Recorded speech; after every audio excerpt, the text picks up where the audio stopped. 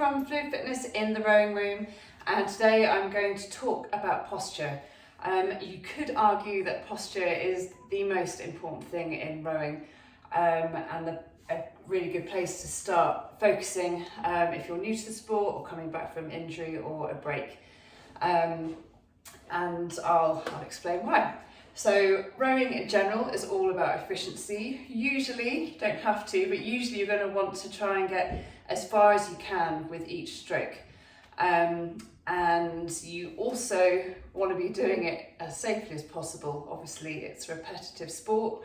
And there's a lot of ways to apply power. If you are applying power in the wrong way, it can then actually work against you. You might get the meters in, but it may impact your body in the wrong way. Rather than strengthening it in a nice, healthy way, it could do damage, and that's where we get injury, especially when we're doing thousands and thousands of strokes.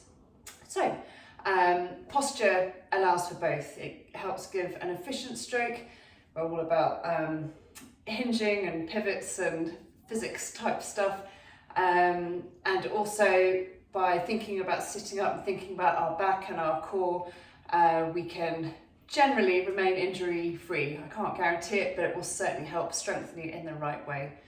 So for rowing, we're generally doing it for a fair amount of time, so postural endurance is the next thing to think about, and is the trickiest thing. You can't just easily get a stronger posture, let alone hold it for a long time.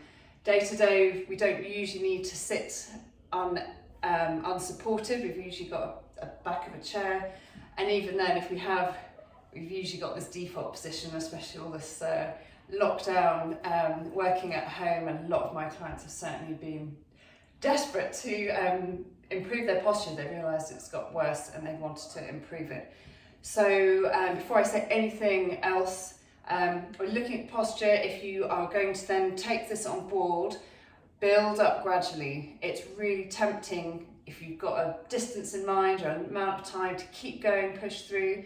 If you feel your posture starting to go and it will start to feel uncomfortable, stop, have a rest, come back a few minutes later, or if you know you're done, leave it till the next day. It is not worth just getting those extra few meters in at the cost of your back in particular. So, and if you go to my website, there's a blog on how to build that up sensibly. Okay, so what is good posture? From a rowing perspective, it starts with how you're sitting on the seat. Obviously, it's a seated sport. You want to be sat right on top of your sit bones. So what you don't want is to be further back and with the hips tucked under you, sort of sack of potato style. You also don't want to be perching on the edge with that sort of arch and that lower back, just right on the top of those, in the middle of the seat, on the top of the sit bones. When you sit back, you'll feel the front of the seat across the top of your thighs. So that's where we want to be. Right, so as I usually do, we're going to start at the finish, because in my opinion as a coach, it's what helps set you up into the right position for everything else, and most importantly that power phase of the stroke. So sitting at the finish, hand at the bottom couple of ribs, and I'll talk more about all these other technical parts in other videos. But again, sitting on top, think about sitting tall. You might think about having a string, like a puppet, through the top of your head to help that height. Shoulders relaxed, tall neck. And then we're going to lean back to that 11 o'clock position, if you think of a clock face. And then the abs will be on, helping us hold that position. Posture is very much connected to core strength. So one will help the other. Again, I'll do another video on core strength. If you find that this layback position at 11 o'clock is too hard to hold, and that's fine, just sit forward a little bit. Okay, take less pressure, less demanding on your abs. Okay, so sitting at the finish, we're sitting tall, leaning back. The arms come away first, and then we're going to come into the forward body swing into the power position. So hinging forward from the hips. Okay, so that the height on your seat stays the same. We're swinging from 11 o'clock here to 1 o'clock here, and it's all from the hips. Okay, so the shoulders stay relaxed, the head and chest stay up. And if you look at this point, you should see that your handle is past your knees. Now you may also notice your hamstrings along the back of your thigh are objecting, and they will more likely do that, especially if you're new to the sport, you're prone to tight hamstrings. So two things you could do about that. One is just to keep a slightly soft knee, and the other is just not to rock forward as far. You may have tight hamstrings, or you may have tightness in your lower back, and either way, you just want to swing forward to where you just feel it. If you can come all the way forward and feel nothing, amazing, good for you. Be careful not to go too far forward. We want to keep that height, so just that 1 o'clock position, soft knees if you need it, or tip back a little bit. Okay, so now we're in this power position.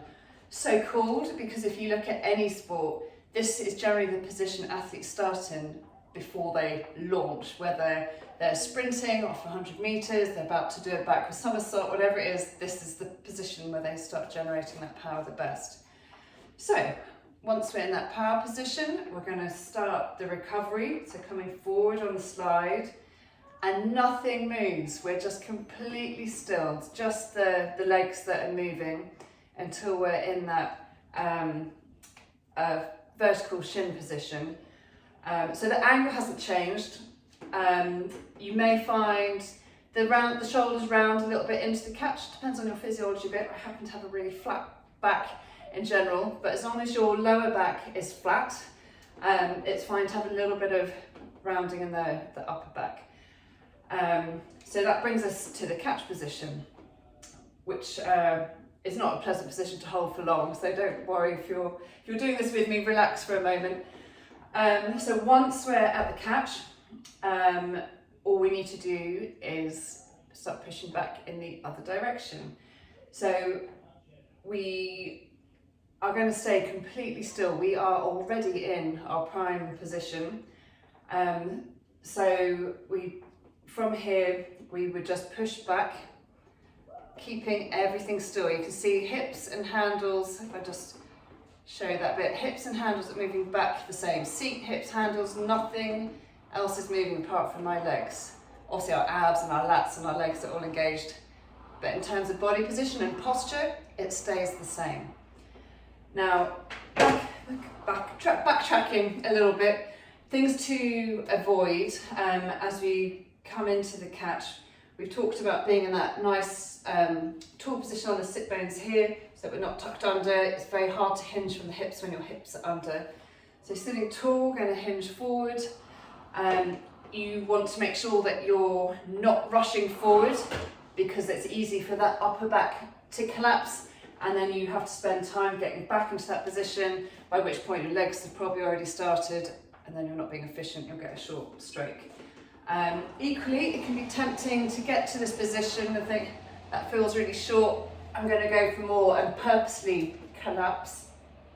So again, trust that all these angles are right, even if it feels short, you'll see the benefit in the length of the stroke on the way back. Okay, and then once we're going to change direction, another two things to avoid is heaving off the catch, so opening that body up straight away. It leaves the poor old legs out. These are 60% of your power. The second you open up that body, what they can push is not worth bothering with. So keep that body forward as you push.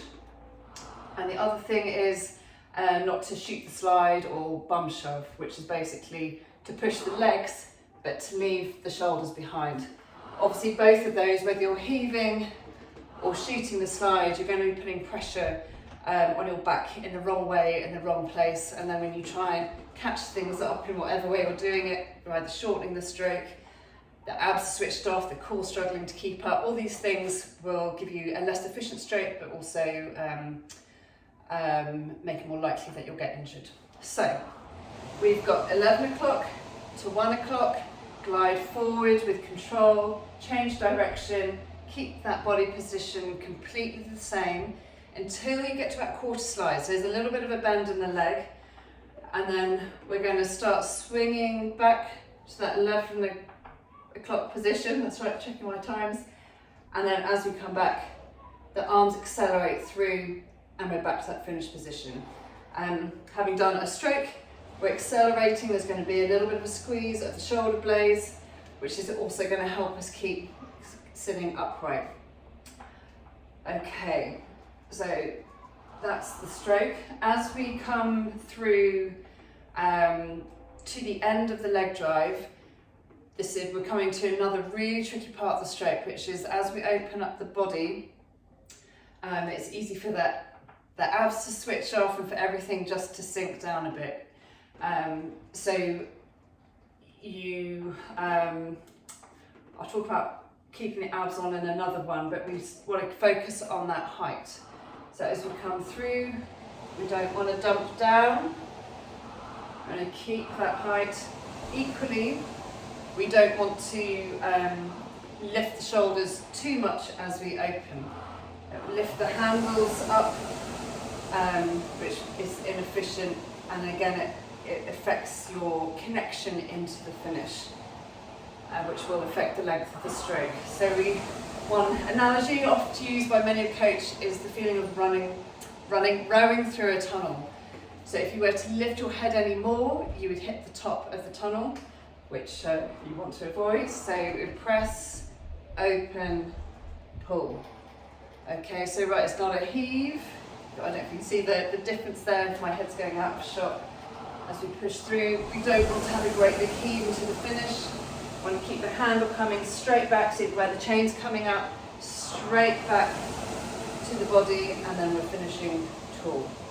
Okay, so in full motion, I don't claim to have a perfect stroke, but should look something like this. So hinging from the hips here, hold that position forward, back, swing, pull. Okay, so that's generally how your posture should look throughout the stroke, every stroke.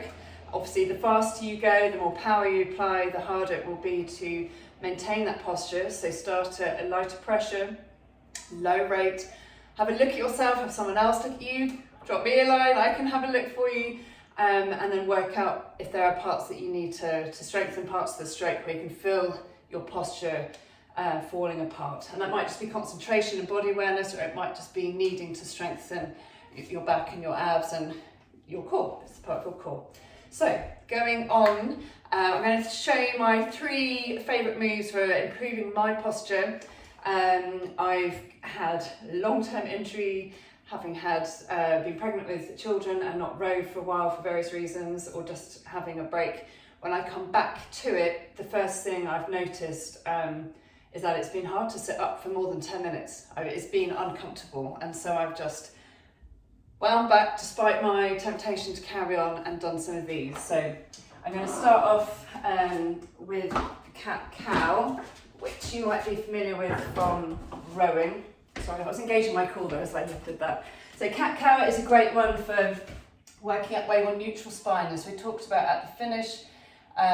You want to have your lower back be flat. You don't want it under you, and you don't want to be having your bum stuck out. So starting in a neutral position, again, you can just check out your posture in a mirror, tummy button pulled up, and then we're going to go into cow. So tilting the pelvis one way, head and chest up. You might feel a nice little stretch down your front, and then we're going to tilt the pelvis the other way, round the upper body, separate those shoulder blades, tuck the chin under. That's it. So essentially sort of doing some pelvic tilts. That's it. It's a good stretch, good mobility as well. And another cat. And then come back to neutral. So have a look if what you feel is neutral by checking in a mirror. It can feel neutral, but actually things are not where they should be. So that's cat-cow. That's a nice one to do once you're a little bit warm or at the end of a workout. Next one I'm going to do is seated row with a band. If you don't have a band, I recommend getting one. They're good for lots of things. We'll do some hamstring stretches at a later date, and one of my favourite hamstring stretches uses a band. So sitting up, feel free to take your shoes off for this, especially if you've got running shoes. They have thick soles which test your hamstrings a bit. And this is a postural exercise, so if this is tight in your hamstrings, just soften them. You don't need to keep them straight. So we're going to hold the band so there's a little bit of tension. It's just around the bottom of the feet. And again, we're going to sit on top of those sit bones, sitting up tall, and then lean back a little bit. Keep those abs engaged. Keep that tall neck, shoulders down, and then we're just going to pull the band, squeeze the shoulder blades together, and release. And 3 sets of 10. So we're practicing holding, sitting up unsupported, and then opening up that chest. Default position, like I said, for many of us is like this. So we're going to do the antithesis, broaden the chest, that's it. Nice big squeeze, hold for a second or two, and back. Make it a bit harder, shuffle your hands down, or you can get a different tension of band. Okay, so those are the seated rows with band. And then the last one, which personally I have found to be the most effective for helping strengthen my lower back, enabling me to sit up taller for longer, are back extensions. There are loads of different ones of these. I'm just going to do the one that I usually do. So lying down, fingers next to your temples, and keep your eyes looking down so you're keeping that spine neutral. Keep your toes on the floor as well. And we're just going to lift the shoulders and head up. 2, 3, and lower. Completely relax when you go down. Lift, 2, 3, and lower. And you should feel that in your lower back, where it's working to lift you. Again, these are ones that suit me. If you know you have any back issue, or if in doubt, please speak to a coach or a medical professional, and they will set you up in the right way. But that's it for today. Any feedback is really welcome. Any questions, anything that you have found useful, any coaching analogies, love a coaching analogy, let me know. See you next time. Bye.